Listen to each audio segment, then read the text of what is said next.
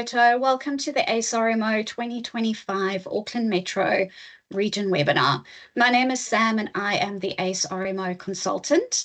So today we're going to start off with an opening karakia by Dan, and then we will lead into giving everyone a brief outline of today's webinar and our panelist introductions.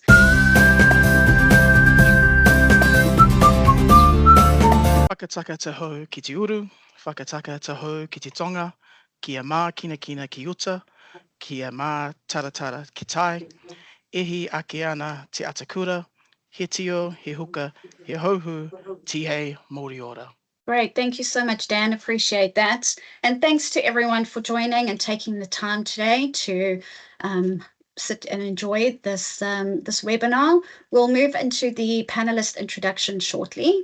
Just a brief outline of today. We will have a lovely video for you guys to all enjoy, and then we will have a presentation that we will share with you, and that will be presented by our wonderful panelists and our RMO representative, who will just tell you a little bit more about their experience working at the hospital. Towards the end of the webinar, there will be a live Q&A session, and then we'll finally close off with a closing karakia. So just a reminder to all our participants, all questions can be dropped in the Q&A box above. You can drop these questions into this box throughout the webinar. This is the perfect opportunity to ask those burning questions, so please don't hold back. Just to note though, the questions will only be answered towards the end of the session.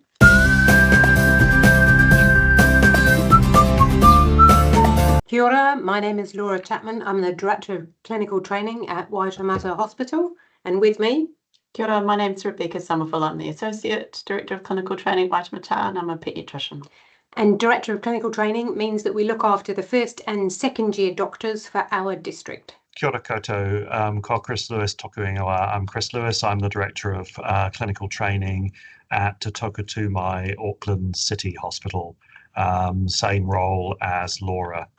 Welcome everybody. I'm also a respiratory physician here. Lafalawa, my name is Daniel Sefawiva. I'm the Recruitment and Allocation Consultant for Northern Region.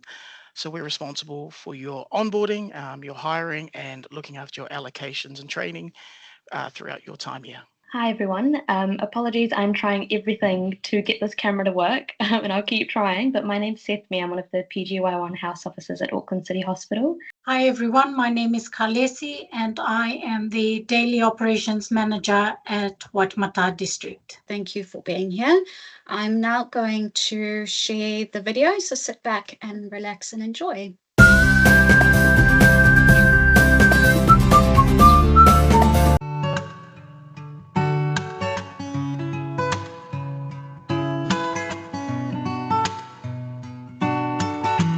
Hi, I'm Maxine. So I started off my medical training with an undergraduate degree in physiology, and then I moved on from there and started medicine in my journey there, and now I'm working as a house officer and I'm in my second year.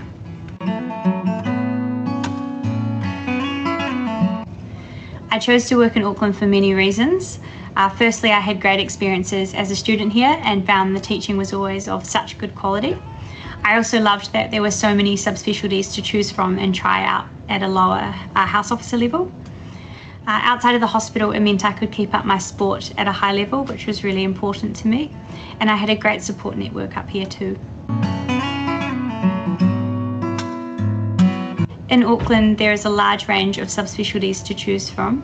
Last year, I was lucky enough to do both urology and cardiology as a first year, which are both very valuable and fascinating runs. You were very well supported within the hospital and with other registrars and seniors either around or contactable at all times.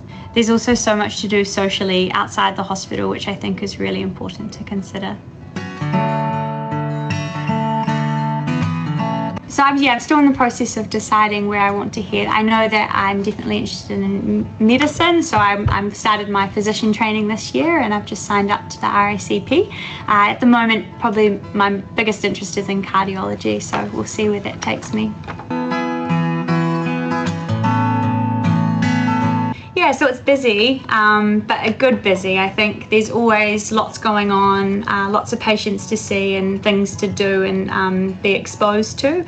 I feel like I've seen a lot of procedures, and whether that's been, you know, in or out of theatre and interventional, the side of medicine as well. And as I was saying earlier, there's also lots of support from seniors as well. So it's not too often that you feel like there's not someone around you can call or go and approach to ask any questions, which I found really helpful. Yeah.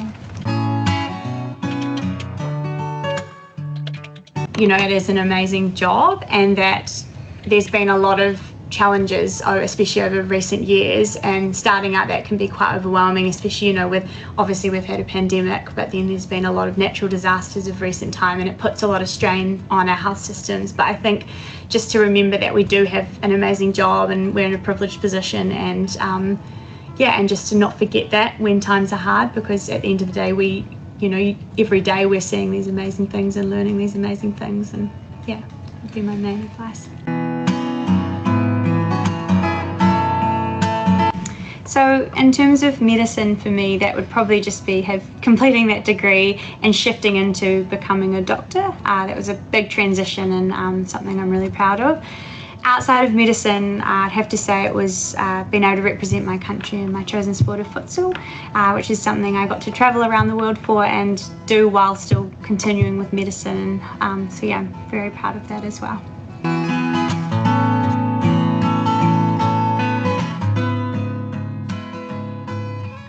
That was well put together. I hope everyone enjoyed that.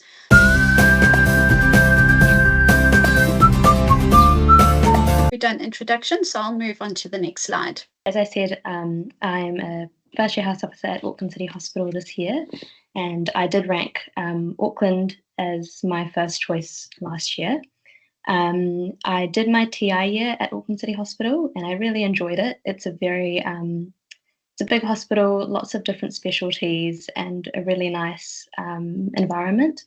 I'm from Auckland originally, so I really wanted to work where I kind of grew up. I really like how multicultural Auckland is, and how many people there are and how busy it is. I think Auckland's really great, kind of, you know, outside of medicine, there's lots of public transport, there's options to find places to flat, and there's lots of things to do outside work as well. So obviously I know a bit more about Auckland City because just given that's where I work this year, but it's very central. As I said, there's lots of public transport everywhere. The specialties are very interesting. So in my first quarter, I did cardiology, which is a really great rotation, and it's a centre that people send patients from all over, so from South Island, from overseas. So you get to see a lot of really interesting things. And I know that North Shore and Middlemore are very specialised as well. North Shore, similarly, very good location, and I know that they're parking, I think it's $3 a day still, which is a pretty good. Middlemore, you've obviously got the train right there, so it makes it a little bit easier to access, though I'm not quite sure what construction's like at the moment. The population that Middlemore provides is a very, tends to be quite underprivileged, so you tend to see a lot of sick patients, which gives you a really good holistic approach to healthcare. So all of the Auckland hospitals are really, really good hospitals, I think, and hearing from my fellow colleagues that are at other centres as well, they're really enjoying their time. I guess I honestly don't have much to say negatively about Auckland. I guess with it being so specialised, you are very, very well supported, but I guess in a smaller centre, you'd maybe be a little bit more hands-on, make a little bit more decisions, not as, I guess, looked after. So it's depending on what kind of vibe you want. But I think the Auckland region is a really good place to start as a first-year house officer. You'll be very well supported. Yeah. How we have RMO starting in the Auckland region. Yeah. So I'll just touch on Auckland City first because that's kind of where I had my orientation and things. So at Auckland City, the orientation was a whole week, and it consisted of introduction to how the hospital runs, but then we also got teaching on first aid and basic life support, etc. So it was a really good week to just get settled in after a break and get used to things a little bit. I'm not too familiar with what North Shore Miramore does, but I assume it's similar. I felt very well supported starting at Auckland City. I thought it was a pretty good transition going from TI to house officer, but that would be based on what rotation you start with as well. But the RMO units at all three hospitals, I think, are really kind and understanding, and overall, very supportive environment, I think, at all of the Auckland region hospitals. Thanks, Sethmi. Khaleesi, could you offer a bit more on that, please? So here in our region, there are 3 RMO units located across Waitemata counties, Manukau, and the Auckland district. Each district has a team of daily operations advisors who are based on site and available day to day to assist RMOs with their queries. The RMO unit key function is to provide support in the following areas. So roster queries, house officer rosters for the Auckland Metro region are drafted and published by our rostering team who are based at the Penrose office, and the rosters are normally published 28 days before the run changeover, and this will be sent to you via email. Following roster publication, if you have any queries regarding run swap or concerns about team allocations, you are more than welcome to contact us, and we will put you in touch with the rostering team. We are also here to work with services to ensure safe staffing across teams. If we also work with RMOs to provide to ensure that they have leave throughout the quarters. So if you do not have any leave booked for the quarter, we will be in contact with you to make sure that you have booked in some time for rest and recuperation. We also process RMO claims for when RMOs pick up shifts in addition to their rostered shifts.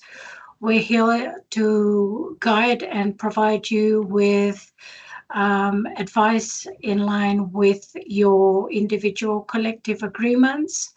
We will also help you work through any payroll queries that you might have and any other general queries in relation to day-to-day daily operations.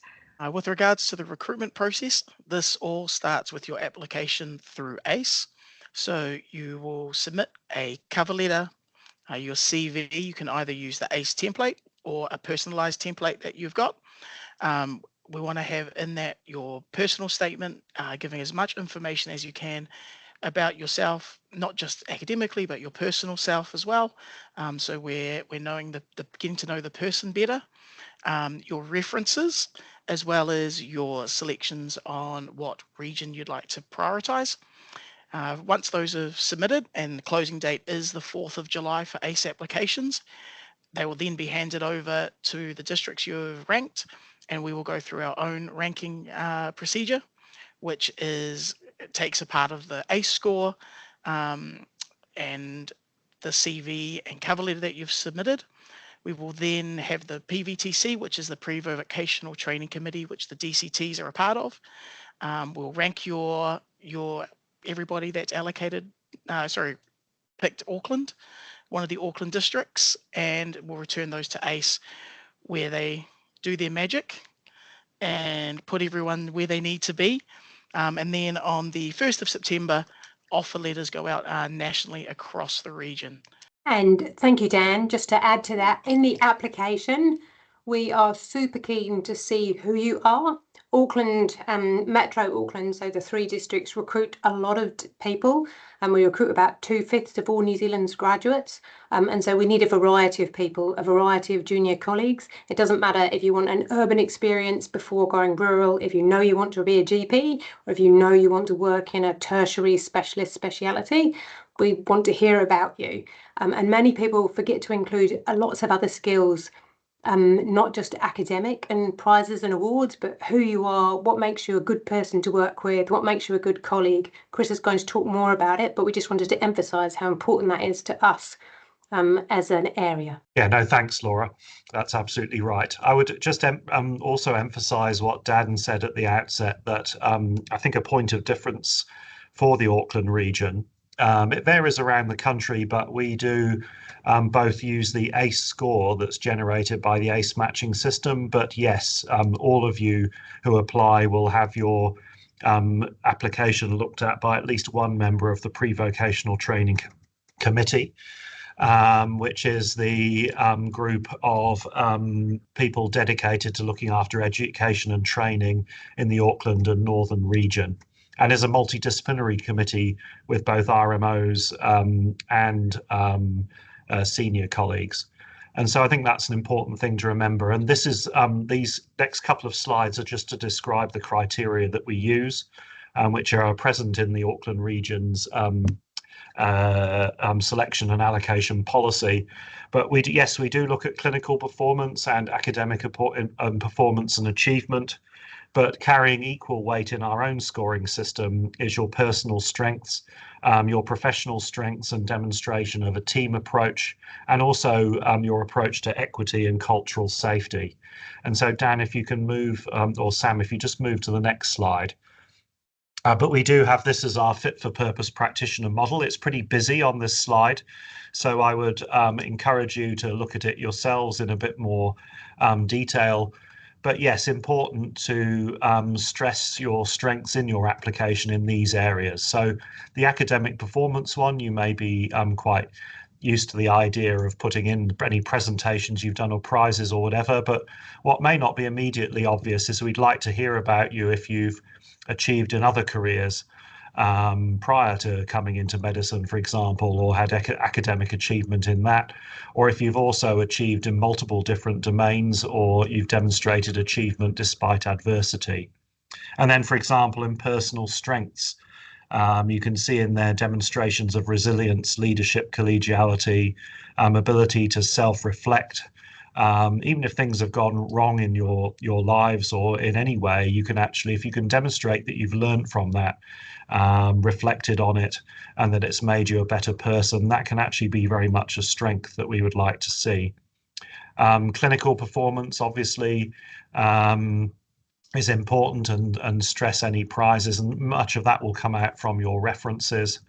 But professional and team approach, you can see there things like voluntary work, very important, demonstration that you've held down a job doing something else, non-clinical stuff, non-clinical prizes, doing well in a field outside medicine, all of these are important. And then right in the centre, equity and cultural safety. This can perhaps be best demonstrated in your cover letter with some examples.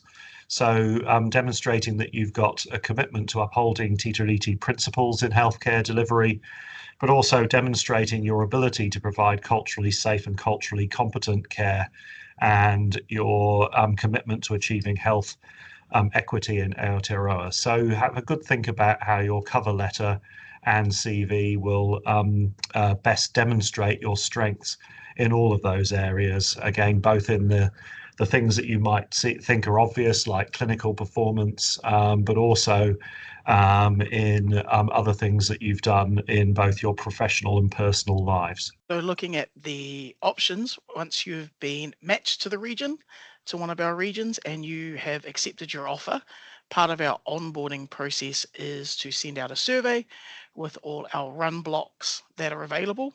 So to pick your allocations and your runs, you'll select your top 10 preferences of run blocks.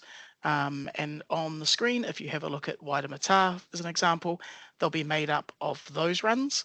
And there you'll pick your top 10 options that are listed, and then that will be put through an algorithm, and your runs for the year, for the training year, will be selected and sent out.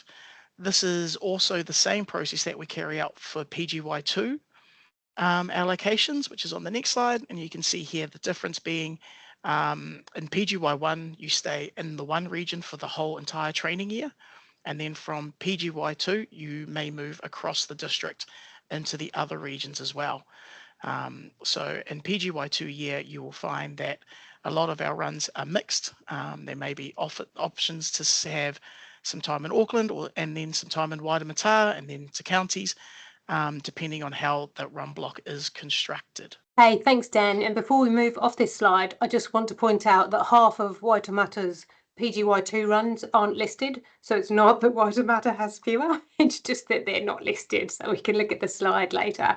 But essentially, the point of this slide is there is huge variety across all 3 Auckland districts. And because you're able to move between all 3 of them, you get even more variety. And so I get to talk about training and learning across Metro Auckland. I think the most important thing is that 3 large hospitals, actually across multiple sites.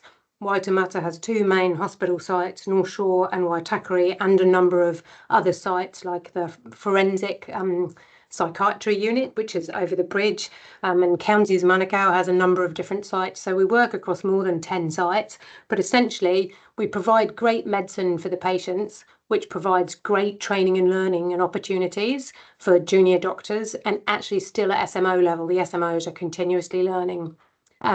We have really great colleagues. We're very lucky. We're fairly well recruited in Auckland region, and so there are many people and many different varieties of role model for you to pick and choose from. So as well as great patient care, I think it's really important that that's backed up by great teaching.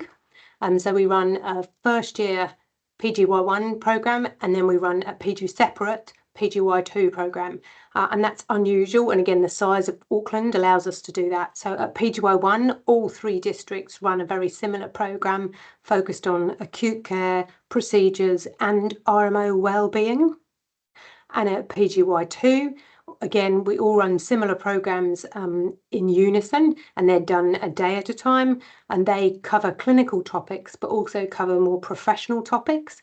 And so everybody would learn how to suture across all 3 Auckland districts in PGY2 because it's useful as a GP, it's useful as a surgeon, it's useful as a physician. And you would all get advice on how to write a CV and how to apply for jobs at the next part of your training. I think the most important thing is we have really good RMO support structures across Auckland. So there's great clinical experience because there's such variety, someone to essentially suit everyone. There's great teaching. The teaching programs are well constructed and well delivered, but also for any RMO who hits a road bump, and at some point in pretty much every medical career I'm aware of, people hit a road bump, and we try really hard to provide excellent, discreet support to help people through a career road bump and keep going to find the career of their choice. And that's done through enthused clinical supervisors, educational supervisors who have the same house officers for PGY1 and PGY2 years, our recruitment team at the NRA, of which Khaleesi and Dan are part of, directors of clinical training, which Rebecca and I and Chris are part of, and a culture of investing in our most junior trainees as the future of health in New Zealand. Laura, I'd also add in, I think that our keenness to support you even begins before you start work. So if you are apply for a job in our region and are successful, if there's, I would say that we're keen to be supportive right from the word go. So even before you start, if you've got any particular worries about the year ahead, or any things going on in your life, or anything you'd want to discuss with one of the training directors that would help your onboarding to work well, that's also something we'd be very keen to talk about before you start. It's a really good point, Chris. So Chris, Lou and I, so across the region, we write to all our incoming doctors so that you have contact from us in person to say, are there any concerns that you have? Is there anything that we need to help you with to make sure that you settle in well? So for instance, we've had people who've had a dying relative who just said, I'll need to make sure that I work in a run that's not too hard. Someone else who said, I really didn't like this as an undergraduate, so I'd really prefer not to start there. Someone else who said, yes, I'm having a baby in the 3rd quarter, so could we think about that? And so all of those things are really important for us to know about, and we absolutely support you with those things. What we're interested in is your 40-year career. We want you to come to Auckland. We want the best people to come to Auckland, but we also want to serve the whole of New Zealand and to make sure that we train for the whole of New Zealand. Great, thank you so much. That was really informative.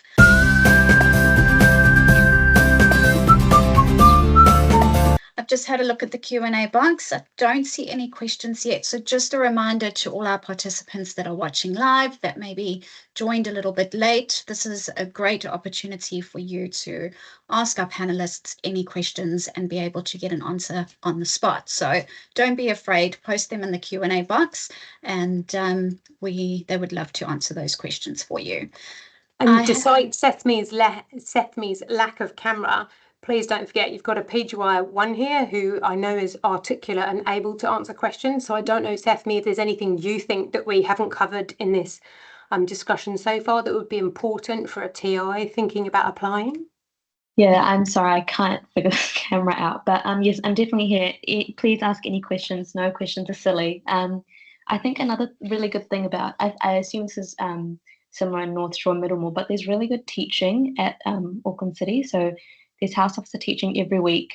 And then within specialties as well, there's often teaching. So general medicine, there's house officer teaching every Friday. And there's house officer presentations every Wednesday.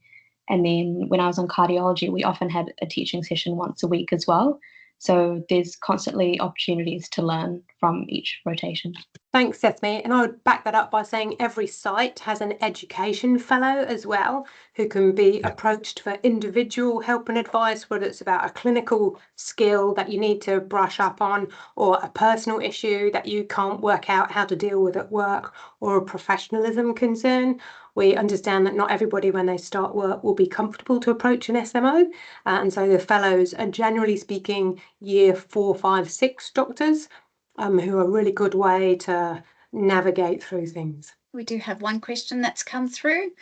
No question is silly or simple. We love them all. So thank you for putting your question in the Q&A box. Does all Auckland DHB use electronic notes? I should take this question, shouldn't I? The answer to that, unfortunately, is no. I think I can blow Waitemata's trumpet for them by saying I think it's considered that Waitemata does have the most up-to-date IT of the 3 hospitals. Counties, I think, would be second. Unfortunately, my own institution lags a little bit behind the others, and we still do have paper notes. There are other advantages of potentially working at Auckland City that we've discussed, but sadly IT isn't one of them, I'm afraid to say. But I think that adds great strength because there's actually a variety of experience therefore across all of them. And I would agree with Chris. I think Waitemata has invested in tech in a large way and shows a great experience, but that's not uniform across New Zealand, and we're keen to train for New Zealand, not just urban Auckland, New Zealand. So yes, you can see electronic prescribing, electronic notes, electronic ordering and electronic referrals. But you can go to Auckland for a slightly different experience, but it also helps you work out the nuance of different systems and learn about what makes quality care, because the patient care is still delivered well. We have another question. In the application part, what skills, knowledge, experiences are you looking for? An example that they can potentially include. We love everything, I think would be fair to say, but an example is I have heard that people have been advised not to put in their applications that they're a parent, and I would totally disagree with that. Firstly, because we welcome parents as colleagues, but also there are lots of skills you learn from being a parent about time management, prioritisation, interactions and communications. We're really keen on people who've worked their way through university because it shows that you can balance workloads. That's always interesting to us. If you've done community work, we want to know what motivates you to do that and what you've given to the community and what you've learned in return. We had a great application once from somebody who milked cows every summer, who said it shows that I can get up and work at 5 a.m. every day, regardless of how much I've been out the night before. And they walked into a job both because of the sense of humour, but also an understanding about how to be a good colleague and a good worker. So I don't know if you'd have other things to say, Dan, Chris? That sounds good, Laura. Yeah, we're interested in other aspects of your life. And I would say things that stand out and make you really shine as an individual are great things to put in when there's several hundred applications, and anything outside the box. Don't think we want generic people that are just, obviously it's hard work being a PGY1 doctor, but want to know about the rest of you as well, very much. And if you're super academic and you want to be an academic doctor and that's your career path, we're really interested in that as well. We want to recruit both generalists and specialists, people who just want to do research, people who want to work in the lab, and people who want to go into general practice as soon as they can. When we recruit as many people as we do, it's variety and diversity that we know strengthens our workforce, and a sense of humour is always appreciated. Chris, you'll have to talk about the parking at ACH, or Sethme, maybe you can. Sethme, yeah. Do you know how much the parking costs? It costs more for SMOs, I think. So yeah, I only drive in on long days, and because I think if you leave after 7 p.m, it's $6 for the day. I think if you leave before then, it's 20 something. So not cheap. yeah, there was another question. Traffic. Yeah, it's not great in all aspects of Auckland, but I agree with what Sethme said. The public transport options increasingly are good now. They still have a habit of closing it down over Christmas and New Year, and sometimes in school holidays, or curtailing it. But the train, bus and train access, I think now is very good for all three of the hospitals. I'm not so sure about Waitakere, Laura, but the three major centres are very good. Yeah, so I think there is transport. Waitakere is more challenging. I think the other thing to say is you won't be on an 8 a.m. or a 9 o'clock start for all your jobs. So if you're on a job that starts at 7:30, you'll miss most of the traffic regardless of where you are. And a lot of the juniors would go to the gym after work locally to skip traffic. So yes, traffic can be problematic, but actually some of your jobs will mean that you miss traffic. If you're on nights, you won't be caught in the traffic, and people have workarounds, and some people lift share as well. And we try, especially for the first year doctors, to help people out who are having traffic trouble. We want you to enjoy your first year, not spend the whole time battling your commute. Great, thanks, Laura. And then, Chris, do you want to answer the question? I know you've put it in the comment, but just for those that perhaps haven't seen it. Yes, I think the orientation and start of the year are being pushed back a week for 2026. So the orientations for all three Auckland districts would start on the 12th of January, Monday, the 12th of January, and then the work would start on the 19th. Whereas this year it started on the 6th, so it's been pushed back a week, which means you get an extra week's holiday but have to wait an extra week to get paid. Rebecca's got a great point to make about transport. I was just going to say the City Rail link's due to open next year, so that will make a huge difference to a number of the different Auckland hospitals. So yeah, we don't know what exactly that will look like, but I think it's looking certainly for Te Toka-Tū-Mai, it'll be an excellent option, and for counties. There's a question about meals here. I wonder, Sethme, you might be best to answer that. I think the meals are pretty good. It was also about how often, what the rules are around. There's concern that some sites restrict meals, but just to give you an idea of what you can get when you're on a long day, or if you've got an early start. I don't remember explicitly being told that we have this set limit for meals. I think early in the year, I think they said their recommended is $20 to $25 a day. That's if you're just working a normal day, which is enough for one meal, definitely. But I think they definitely understand that if you're working a long day or you're starting early, you're going to have more than one meal. So I haven't been called out for anything yet, and I've definitely had two meals with some snacks in between. And I don't know of anyone that's been called out so far. So I think it's pretty lenient as long as you're not going super crazy. Thanks, Sethme. And I would really reinforce that. I think there's a professionalism expectation around meals, which is we absolutely understand that if you're starting early and leaving late, you might have an extra meal. That's okay. But you are not expected to do your shopping in the canteen. I don't think most people would. So I think if you just come with a reasonable professional attitude, all of the Auckland sites will be fine with that. It's not restricted to one hot meal a day. And if you're on a long day, there's an absolute expectation that you get both lunch and dinner, and that you might need some snacks in between. Khaleesi is nodding away, so I'm glad to see that. We are supportive of the fact that RMOs need to eat at work, and I'm more concerned about the ones who are too busy to eat than I am the ones who, have a hot chocolate as an extra. Great, thank you so much. I don't see any other questions come through, but there was a general question that we've had in the, recently with regards to orientation, and because that was asked here, I thought I would just touch on it. Could you give our participants a little insight as to what they can expect for Orientation Week? Yes, I could do that if you like, and then maybe Sethmi could comment and Laura.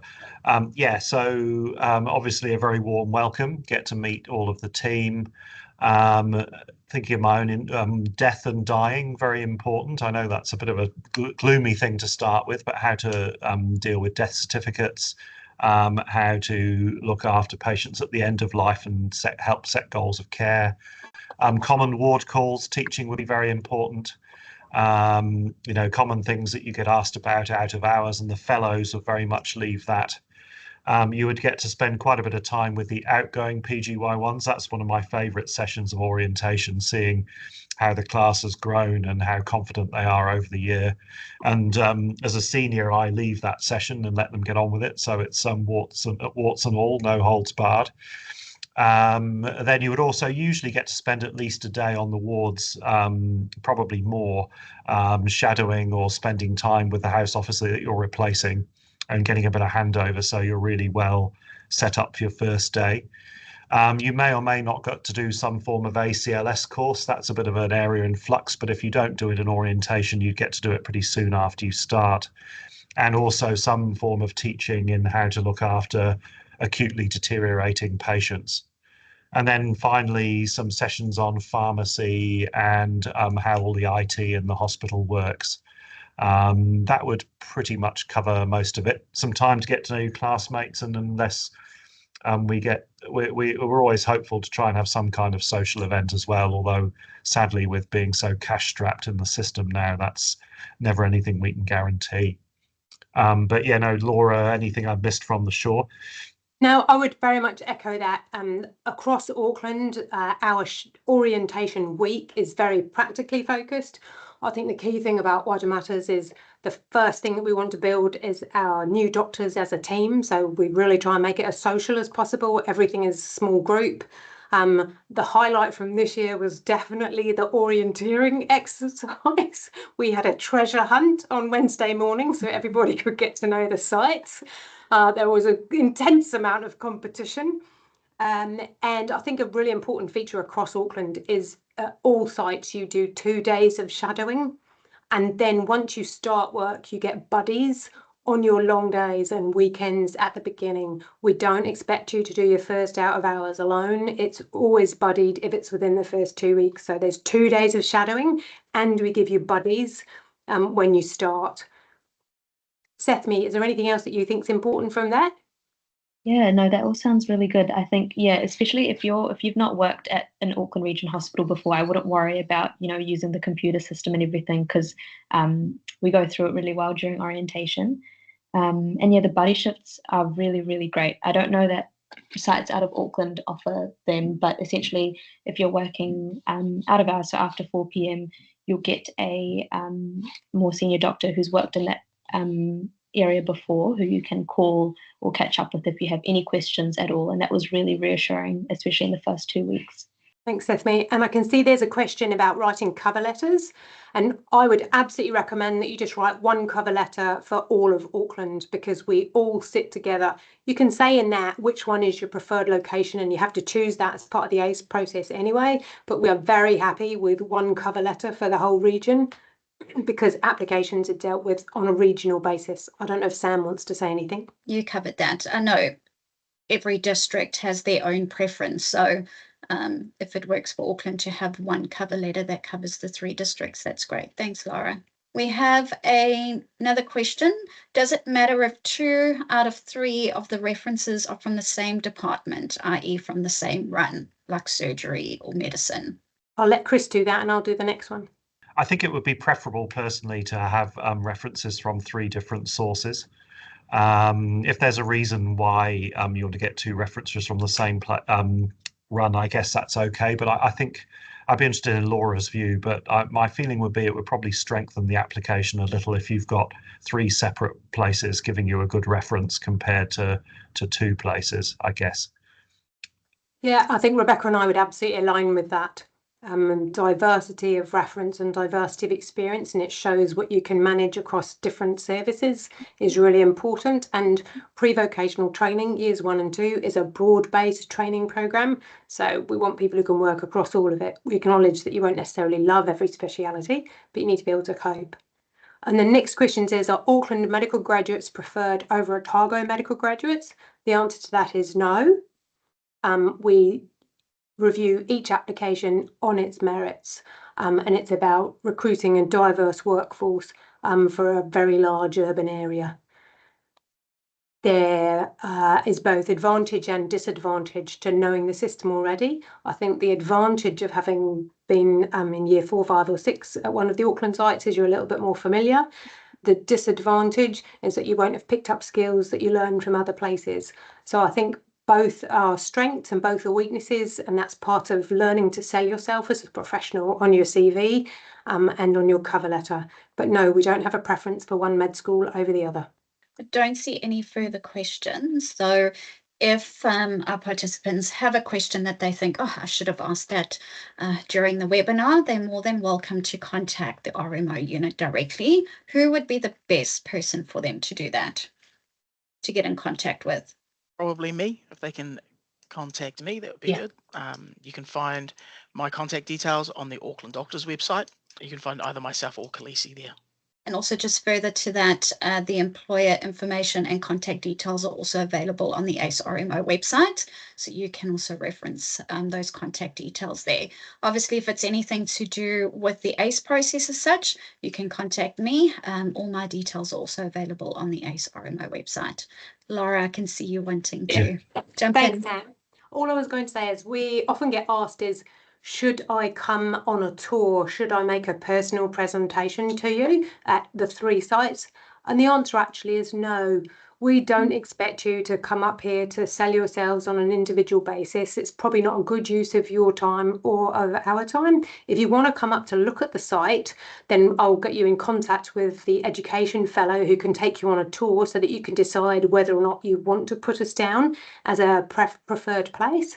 But that's not part of the application process. And I just want to reassure people about that, particularly people who aren't within the Auckland area already. The application does not depend on if you've come and spoken to myself or Chris or Lou, who's the DCT at Counties. We're very happy to help you if you want to tour the hospital to see if you like our culture. I hope you will. But that's not a necessary part of the application, and it won't make any difference to your application. It's what you write and who you are that makes a difference. On that note, it looks like our session has come to an end. Again, I thoroughly enjoyed that. Thank you so much for your time and covering all that information. I'm sure our participants really found that really useful. Just a reminder to those that weren't able to join today, you can share with your colleagues and your friends that the webinar will be uploaded to the ACE RMO YouTube channel, so you can share that information. They can go back and review. Also, another little tip and reminders to follow our Facebook page. I do provide a lot of updates and tips on that social media page, so go over and give that page a like and you can keep up to date there.